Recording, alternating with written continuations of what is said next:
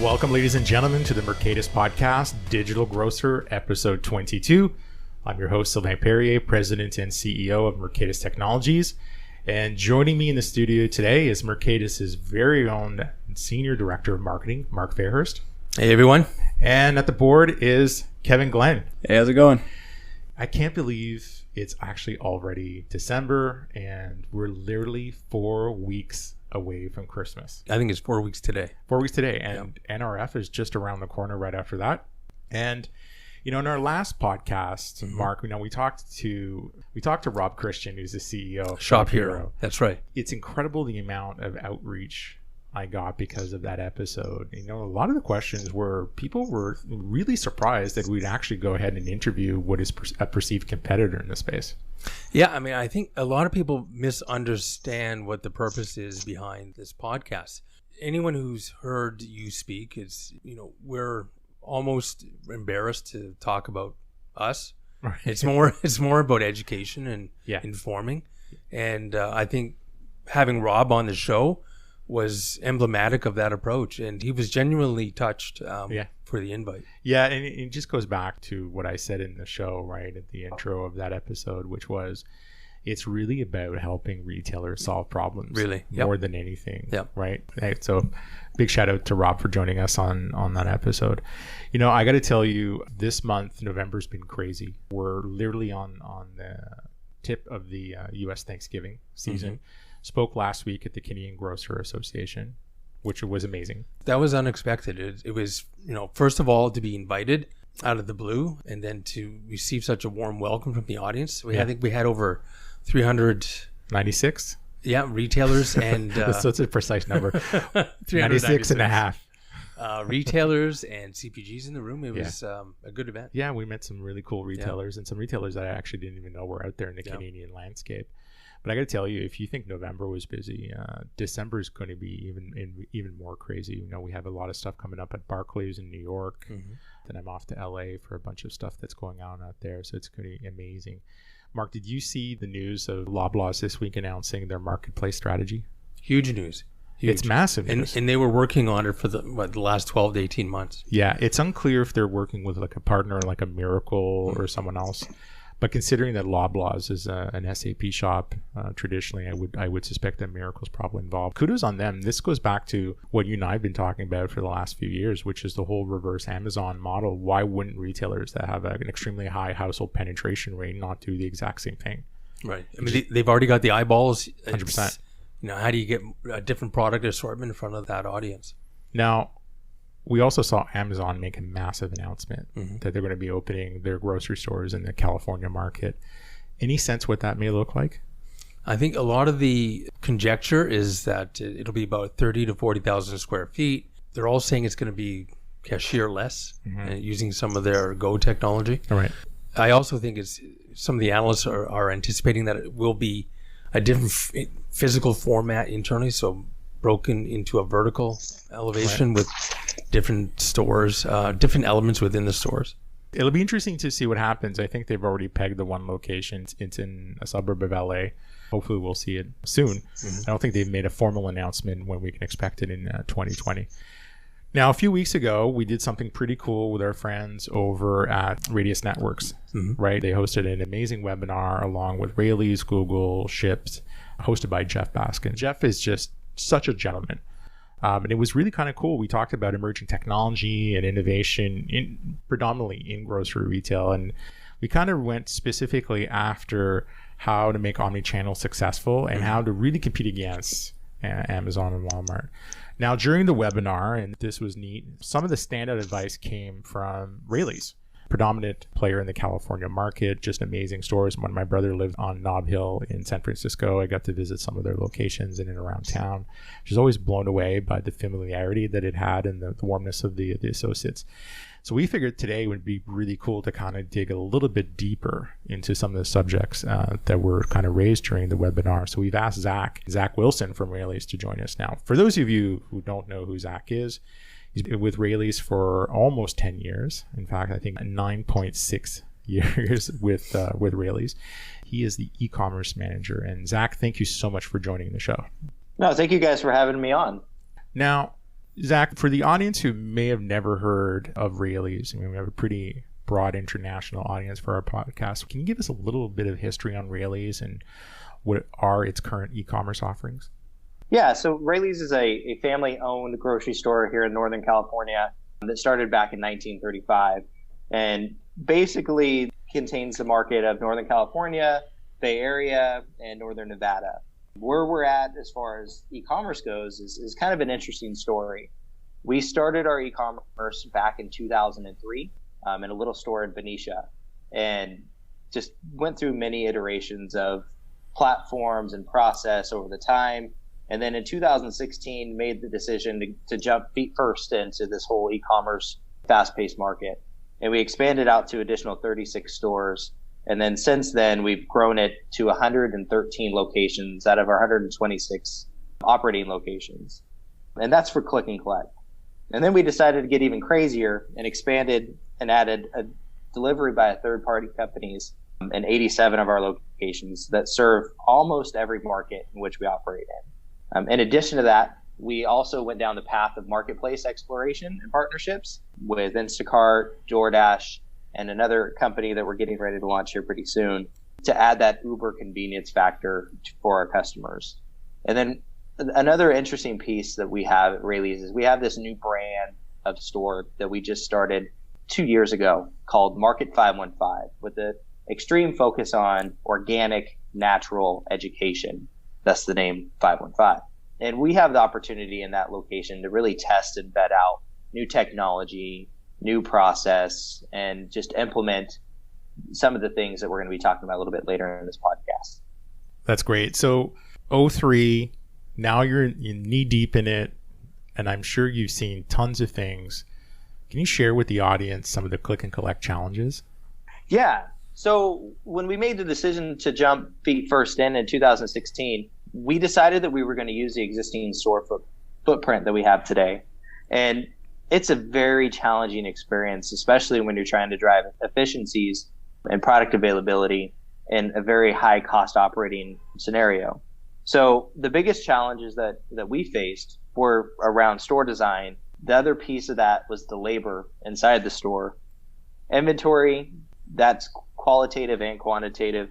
The technology and organizational transformation. We're a family-owned company from 1935 and are slow to come around to technology. So it was a big leap and bounds on that. And then once again, the overall cost to do business. When we look at what we're trying to offer as far as that shopper experience inside of our store, but also still provide that high quality personalization online in a very operating expensive area, it just double folded the whole cost to do business. Now, do you see any form of negative in-store shopping experiences? And if you do, can you share some examples? Yeah.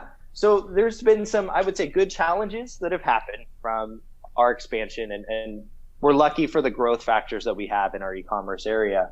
But it hasn't been met unchallenged for the customer experience inside the store.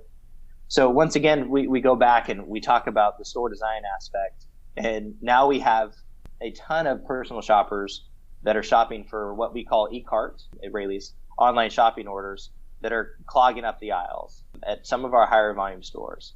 And that impacts that customer travel through and time inside the store. In addition to that, with the launch of marketplaces, that adds that additional customer impact, store travel impact as well. So it's overall perceived as an okay experience now, but as we continue to grow, is it going to be acceptable in the future? The other piece that I would say has been a big challenge as well is the parking lot experience. I mean, when customers pull it up to your stores, they want to have the best experience possible, and fighting for a parking space inside of some of our smaller shopping centers is going to be detrimental, especially when we have delivery companies and marketplace shoppers coming in and taking up those spaces as well.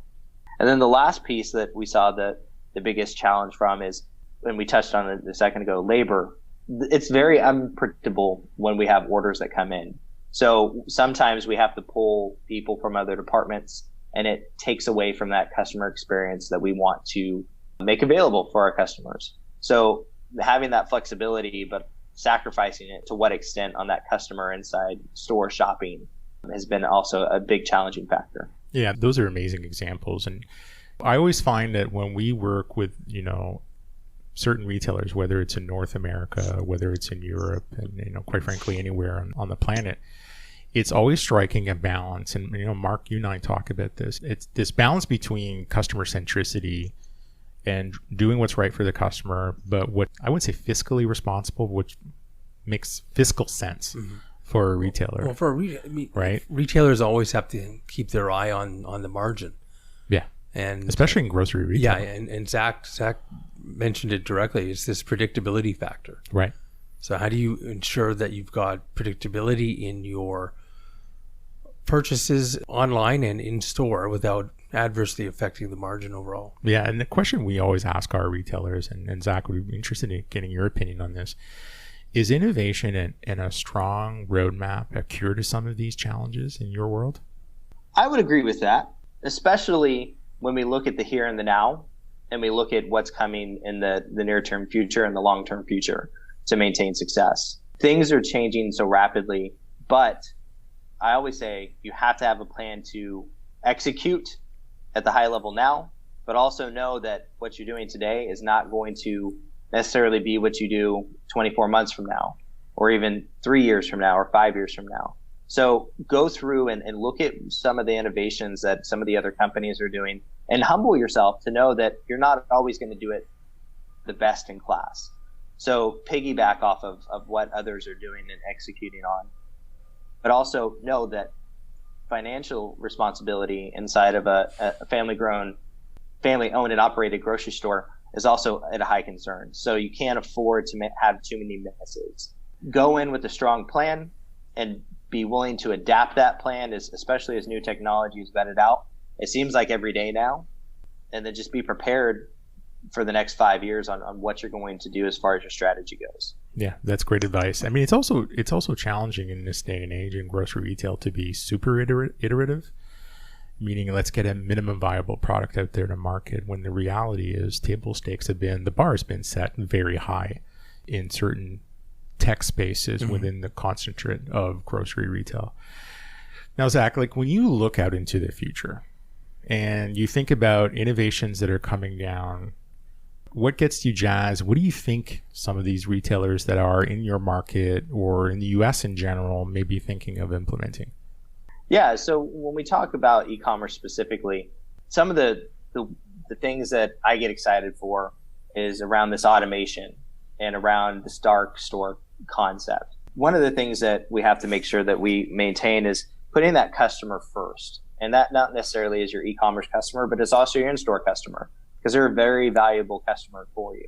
So when I look at the automation or the automated facilities that companies like Kroger with Ocado are trying to stand up and take off fulfillment centers are doing, that ultimately is going to be the key, I believe, to lowering your operating costs. Some of the other things that I believe are going to be important as well is having that inventory transparency. So into your supply chain, letting customers know what products you actually have inside your stores at all times. That way you're not disappointing with the out of stocks or the substitutions that you're going to get from time to time. The other piece to look at is along the lines of automation, but also how do you get the products to the consumer faster? So looking at that development of third-party relationships is going to be key, especially moving forward in the market in which we operate in as Raley's here in Northern California.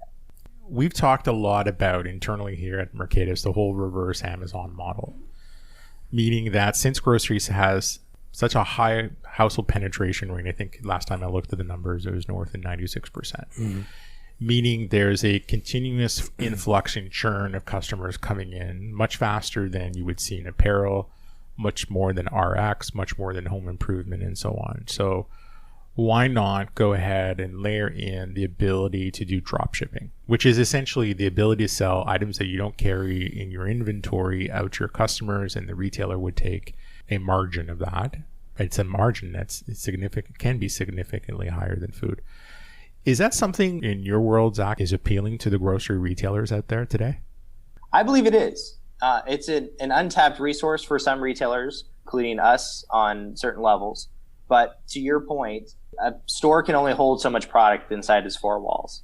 And inside of that the market in which you operate that store, you're going to have a plethora of customers on different levels of food knowledge and food wants. So being able to lean on these third-party dropship companies to provide our customers with more product availability and differentiating product, I think is a big factor in moving forward. And Amazon does a fantastic job at capitalizing on these different offerings. But I think grocery retailers have an opportunity as well.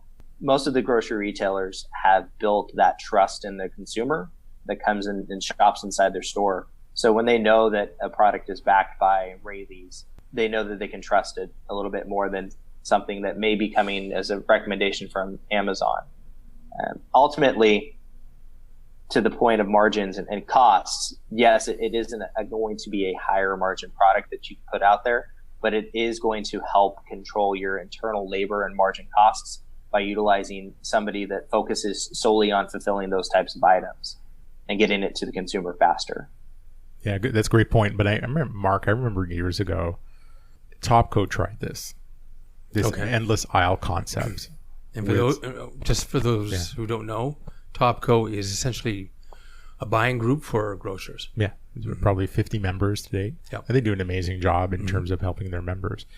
I remember years ago they tried this, and it made a lot of sense, but it became where it kind of became a challenge is how do you deal with returns? Because some of these products were being fulfilled centrally by Topco, but being sold through the various .coms, and then how do you deal with returns? When I compare a Loblaws that's gone into the marketplace solution, does it make sense? I think to a certain extent it does.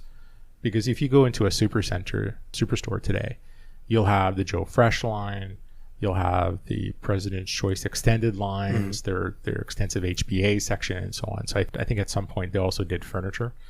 So I think there's a lot of knowledge at corporate to be able to do some of those things and to bring the vendors into the marketplace.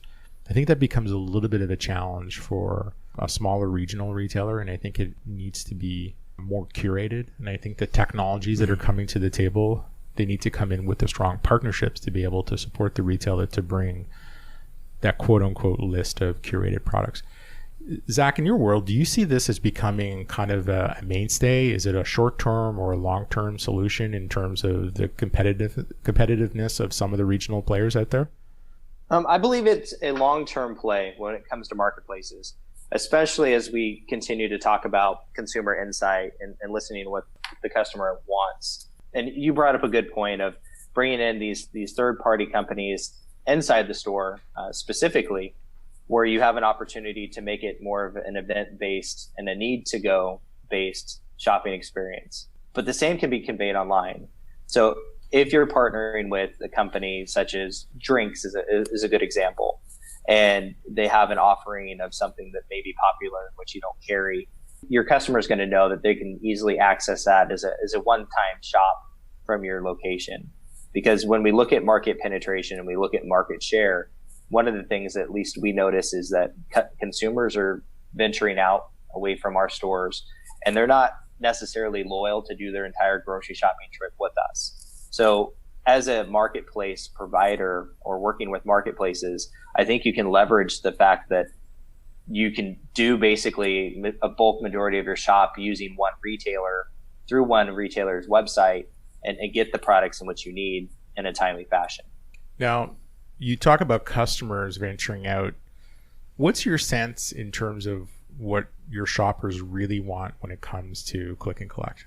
We have the opportunity to listen to our customers very closely, being in the hyper-competitive market in which we are. And I go back to my F's of what the customers want.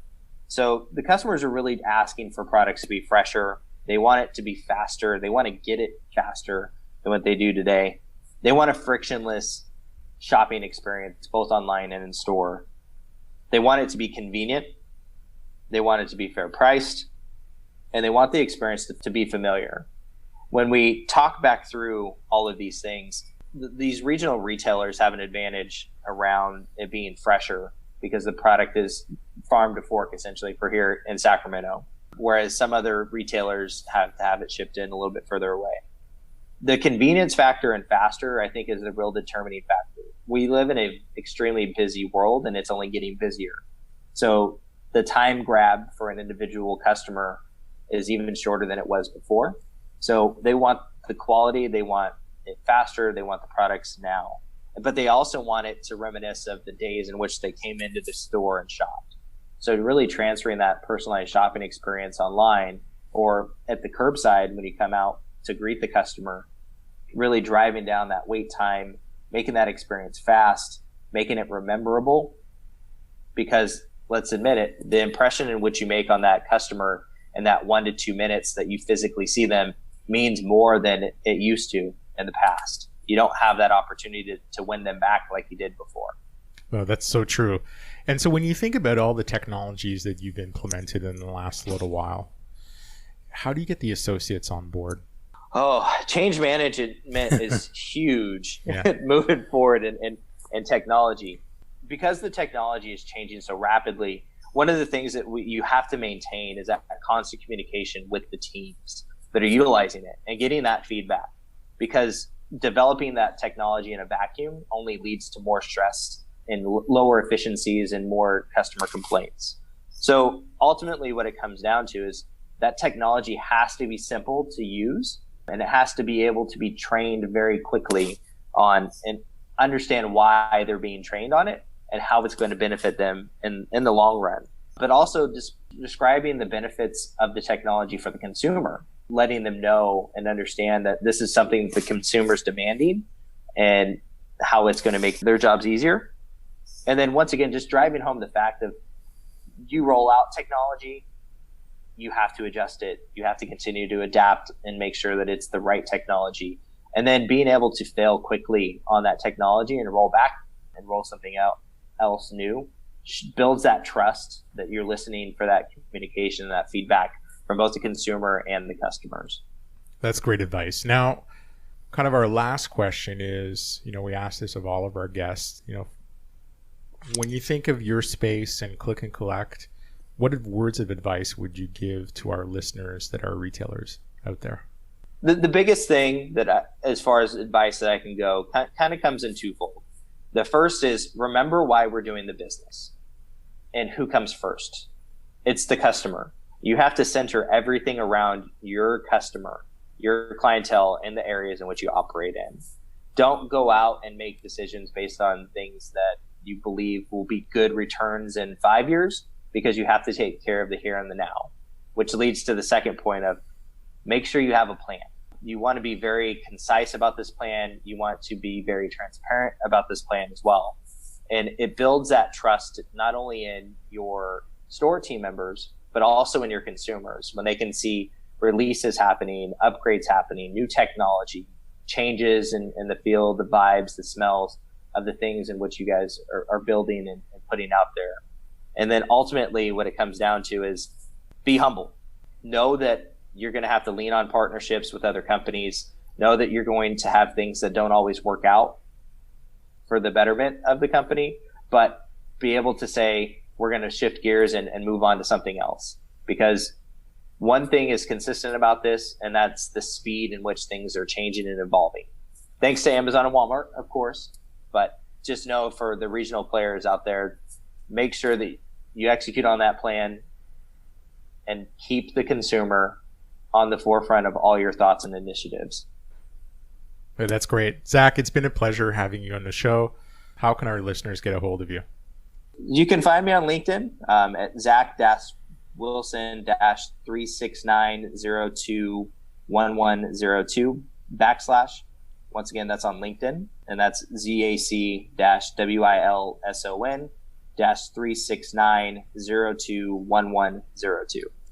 Great. So ladies and gentlemen, thank you for listening, and don't forget to download our next episode, which I think, Mark, we're recording this in New York. We will have another episode record with germane to this topic. Yeah. On one of the topics on marketplaces. We're actually going to be in the New York studio at that point. That's right. That's fantastic. And Mark, how do people get a hold of us? www.mercatus.com. All of our contact channels are at the bottom of on the footer of our website. Great. Peace, everyone.